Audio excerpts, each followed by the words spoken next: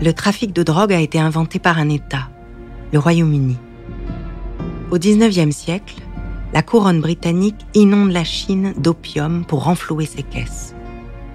Dès l'origine, l'opium, l'héroïne et la cocaïne deviennent des instruments politiques entre les mains des États.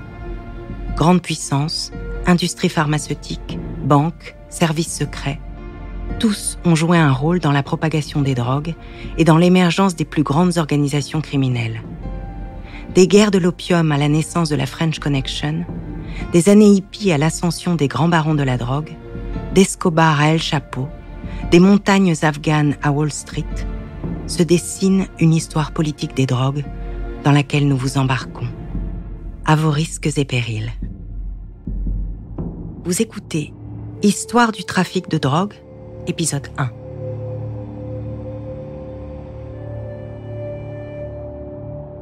Au début du XIXe siècle, l'Angleterre est lancée dans une course effrénée pour conquérir de nouveaux territoires et de nouvelles ressources.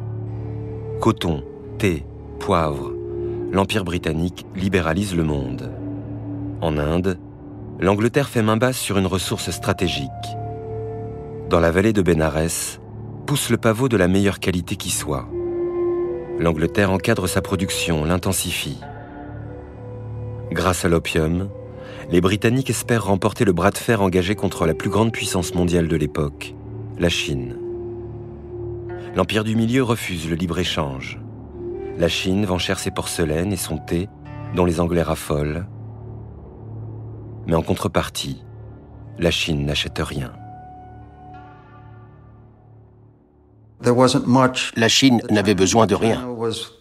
La Chine était la plus ancienne économie au monde. Alfred William McCoy, historien. Une économie millénaire. Elle était autosuffisante. Et donc trouver des biens dont l'économie la plus avancée au monde avait besoin était impossible. Dans cet empire fermé, les élites chinoises ont longtemps cherché à s'évader artificiellement, en bourrant leurs pipes de toutes sortes d'épices, safran, camphre, et un jour, opium. Fumé, l'opium répand son sortilège parmi la bonne société. Affolé, l'empereur décide de l'interdire. L'histoire des drogues naît ici, de l'interdiction d'une substance addictive et de la cupidité de l'Empire britannique. D'un point de vue cynique et commercial, ces substances possèdent un avantage immense. Vanda Felbab-Brown, spécialiste du crime organisé à la Brookings Institutions. Le fait que les drogues soient addictives crée une base de consommateurs, volontaires et involontaires. Les gens deviennent littéralement accros à ces substances. La suite est une affaire de logistique. La couronne britannique ne peut pas tremper ouvertement dans la contrebande. Elle confie la tâche à des marchands privés. Les plus avides, William Jardine et James Matheson, chargent des milliers de caisses d'opium en Inde sur leurs bateaux, cap sur la Chine. Les intérêts privés et mercantiles et ceux du gouvernement n'étaient pas totalement séparés. David Courtwright, historien des drogues. Ils avaient des intérêts communs. C'était l'âge de l'impérialisme. Le commerce était bon pour l'Empire, l'Empire était bon pour le commerce. Ces deux choses allaient de pair. Au service de la couronne, Jardine et Matheson, ces gentlemen en gilets brodés et souliers vernis, inventent le trafic de drogue. Dans la baie de Canton, les deux trafiquants corrompent les autorités du port et vendent leurs ballots d'opium aux pires ennemis de l'empereur, les triades chinoises. Ces puissantes sociétés secrètes ont un seul but, renverser la dynastie au pouvoir. L'opium aboutissait à donner de l'argent et des moyens d'intervention à des ennemis, à des forces subversives. Alain Roux, sinologue. Et pour couronner le tout, ces subversifs-là avaient besoin de complices. Donc ça désagrégait l'appareil d'État. On avait des officiers qui étaient opiomanes, des préfets qui étaient opiomanes, des hauts fonctionnaires qui étaient opiomanes, qui devenaient en même temps des traîtres puissants. D'ailleurs, on a parlé des opiomanes au départ comme des Han Tien, des traîtres chinois. En 1839, l'empereur, menacé, emprisonne des milliers de contrebandiers et fait détruire 20 000 caisses d'opium britanniques. Jardine et Matheson saisissent ce prétexte. À Londres, ils vont convaincre les plus hautes autorités d'entrer en guerre pour ouvrir au commerce l'immense marché chinois, un tiers de la population mondiale. Au nom du profit, l'Angleterre déclenche les guerres de l'opium.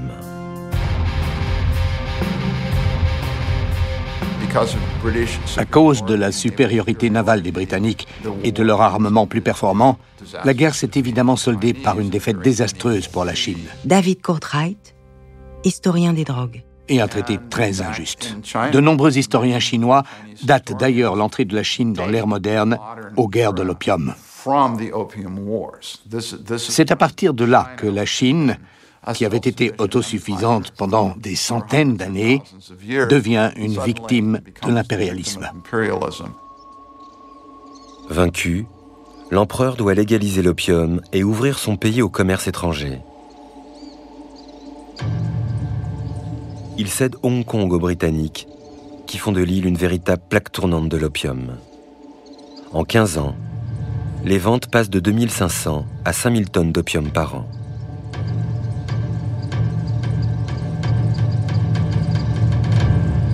Pour financer l'essor de ce commerce, une banque est créée, la Hong Kong and Shanghai Banking Corporation, HSBC. Ces tours de verre sont l'héritage d'une époque qui a vu naître la 6e banque au monde et le groupe Jardine Matheson, pilier du négoce mondial. Les premières entreprises à s'enrichir du commerce de la drogue. Le symbole était que la puissance coloniale gavait littéralement les Chinois comme des oies. Vanda Felbab-Brown, spécialiste du crime organisé à la Brookings Institutions. Et condamnait ces hommes et ces femmes à une addiction dévastatrice qui les fragilisait au quotidien, qui souvent déchirait les familles et les appauvrissait. Depuis les guerres de l'opium, des révoltes éclatent dans tout le pays, provoquant la mort de millions de Chinois. L'Empire amorce une lente agonie. Pour éviter l'effondrement total de son économie, la Chine se lance dans la culture du pavot.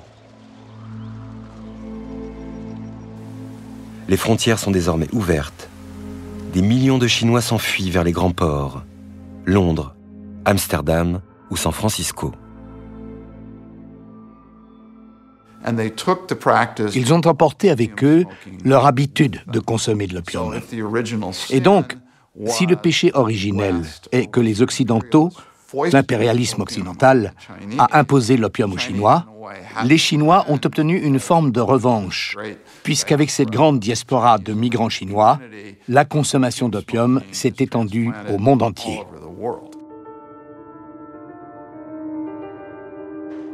Aux États-Unis, au temps de la ruée vers l'or, les travailleurs chinois sont une main-d'œuvre corvéable à merci. L'opium se répand dans les Chinatown des grandes villes. Bientôt, la petite criminalité blanche s'abandonne à son tour dans ces volutes. Dans tout l'Occident, la passion de l'opium gagne les cercles marginaux, nourrit les fantasmes des orientalistes et les vers des poètes maudits.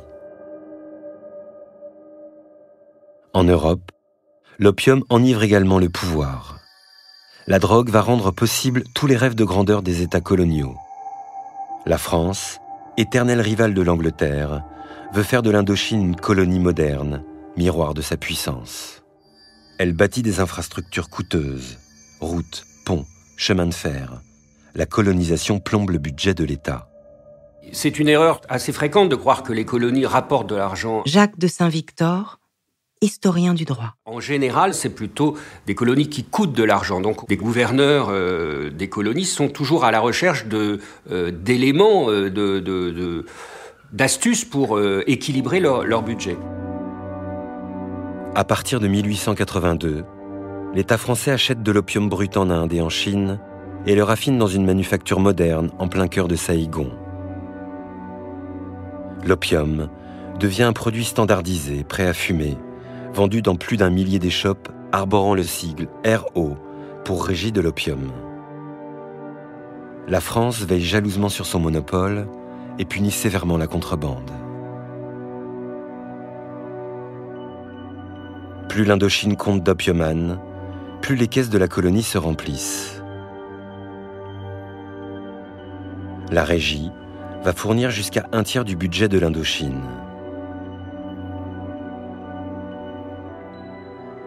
Ce modèle lucratif est copié par les autres puissances coloniales. Britanniques, Espagnols et Hollandais créent leur propre régie.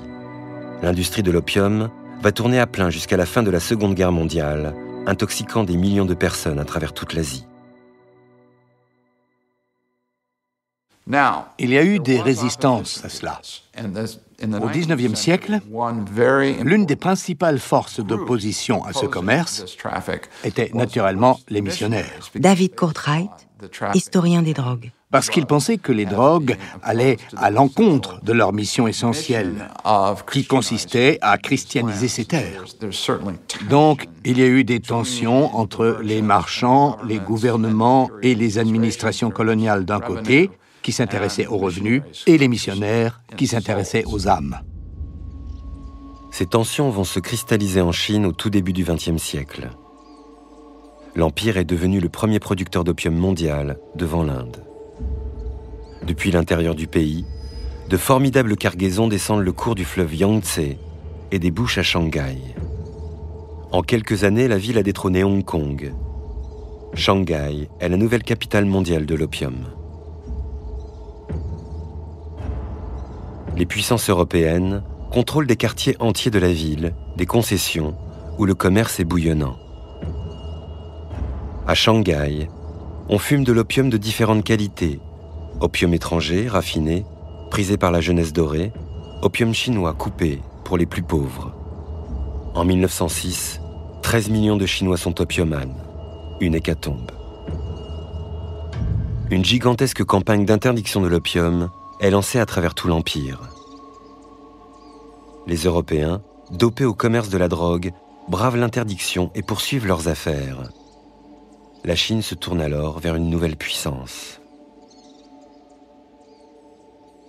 Les Américains comprennent l'intérêt que peut avoir la prohibition de ces stupéfiants. Jacques de Saint-Victor, historien du droit. Notamment parce qu'ils sont produits par les puissances coloniales et les Américains n'ont pas de colonie par rapport aux Anglais et aux Français, et ils comprennent que en essayant d'interdire ces drogues, ils peuvent en partie embarrasser les puissances coloniales qui sont tout de même leurs rivaux dans ce début du XXe siècle où les États-Unis deviennent une des grandes puissances du monde occidental.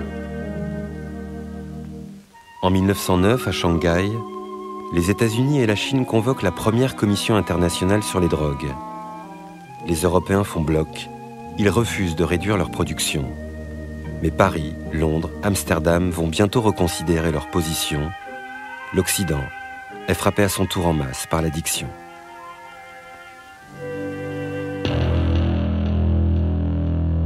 Tout au long du XIXe siècle, l'Europe vit sa révolution industrielle. Des millions de paysans ont quitté les campagnes pour s'entasser au cœur de monstrueuses cités ouvrières.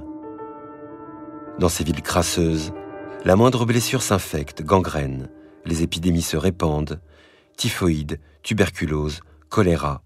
Les médecins ne savent rien soigner. Et puis, la douleur cesse. Du fruit du pavot, des apothicaires extraient une substance miraculeuse. On lui donne le nom divin de morphine. La morphine, la synthèse de la morphine, a été une révolution pour les consciences. Frolan Enciso, historien.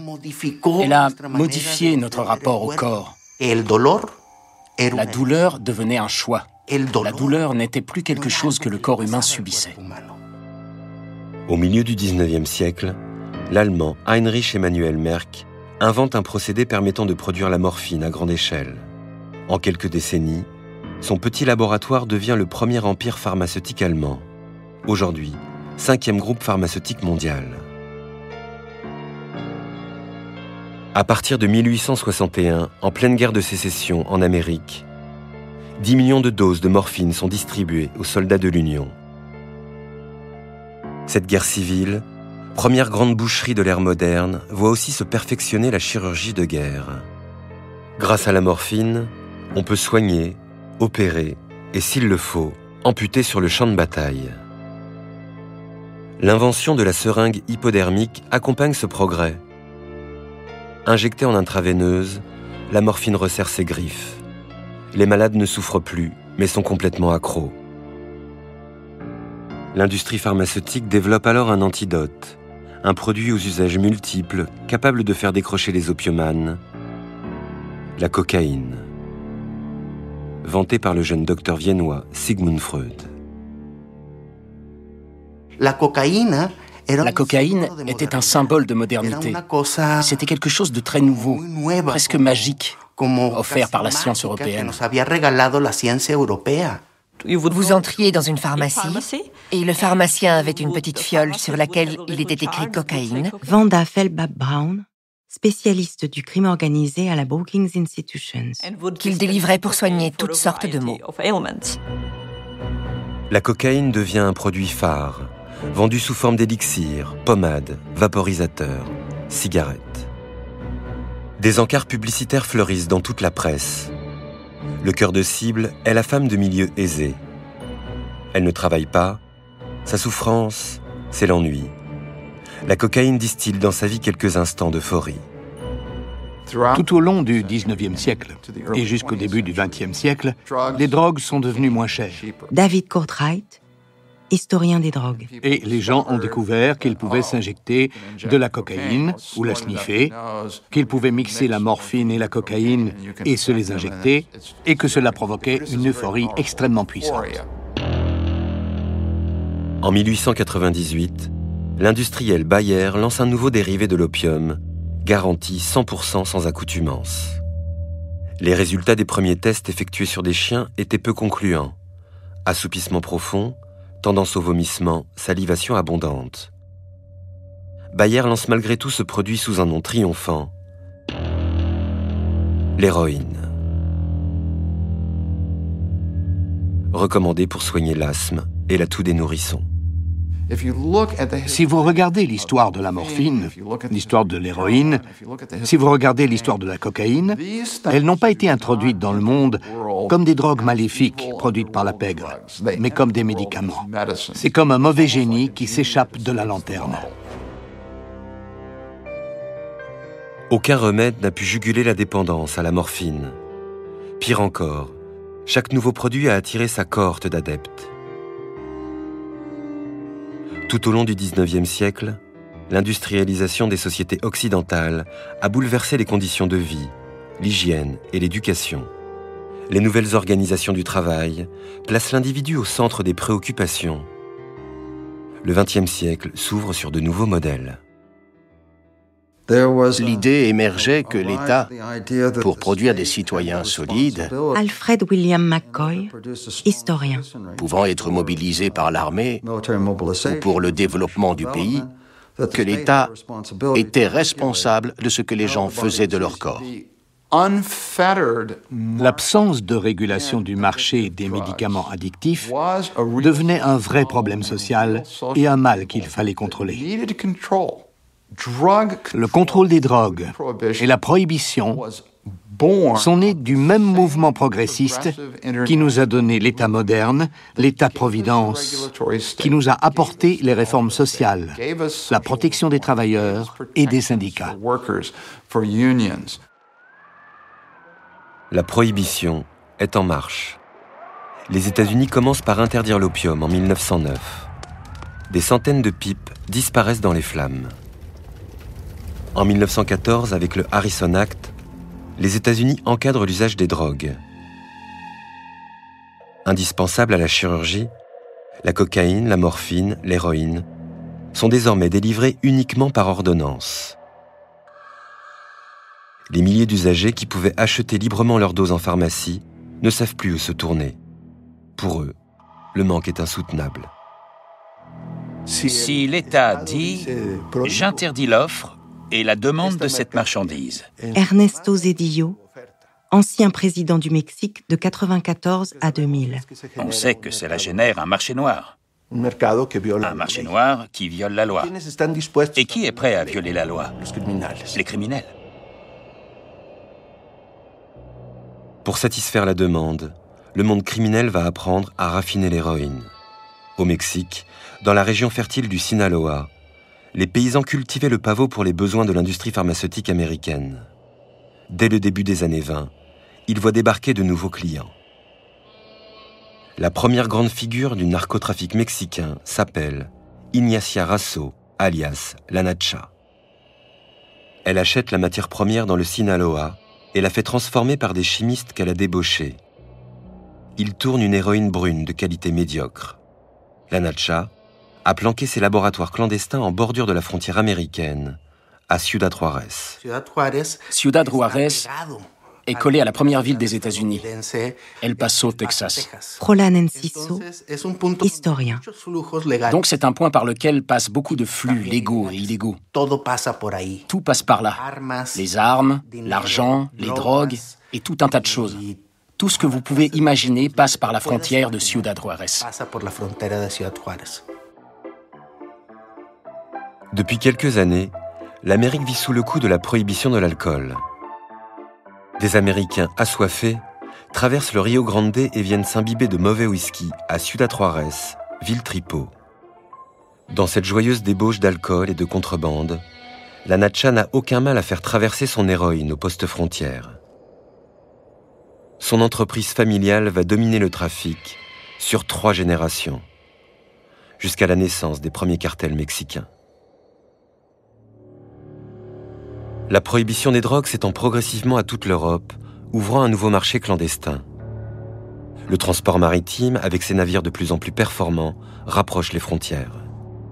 Les grands ports de commerce deviennent des lieux stratégiques, et parmi eux, Marseille, où des figures du milieu corse saisissent l'opportunité. Les Corses ont été au départ ce que l'on appelait des marins trafiquants, c'est-à-dire que c'est lié à notre empire colonial. Jacques de Saint-Victor, historien du droit. Depuis les années 1870, avec le percement du canal de Suez, Marseille est devenu le grand port de nos colonies d'Extrême-Orient.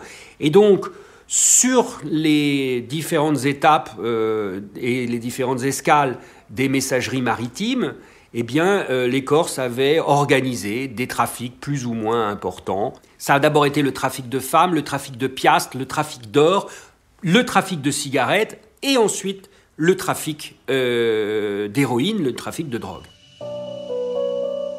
Au milieu des années 20, Paul Carbone, un ancien marin reconverti dans la traite des Blanches, s'impose à la tête de la mafia corse. Le parrain achète l'opium en Turquie, où il est cultivé en abondance pour les laboratoires pharmaceutiques. À Marseille, les chimistes de la mafia corse transforment l'héroïne et l'expédient aux États-Unis, là où la prohibition des drogues est la plus stricte. Et c'est petit à petit, quand le trafic de drogue est monté en puissance, qu'on a continué à utiliser ces routes, ces tuyaux, si l'on peut dire, et puis on les a de plus en plus sophistiqués. Avec l'argent de la drogue, Paul Carbone achète le maire de Marseille, fait embaucher ses hommes sur les docks, corrompt la police locale. Le parrain développe ses trafics et jette les bases de la French Connection. Vous venez d'écouter Histoire du trafic de drogue. Si vous avez aimé ce podcast, vous pouvez vous abonner sur votre plateforme de podcast préférée et suivre Initial Studio sur les réseaux sociaux. Histoire du trafic de drogue est un podcast coproduit par Initial Studio et Yami 2, adapté du documentaire audiovisuel éponyme produit par Yami 2, écrit et réalisé par Julie Lerat et Christophe Bouquet. Production exécutive du podcast, Initial Studio. Production éditoriale, Sarah Koskiewicz et Louise Nguyen. Montage, Camille Legras. Avec la voix d'Emmanuel Yacoubi.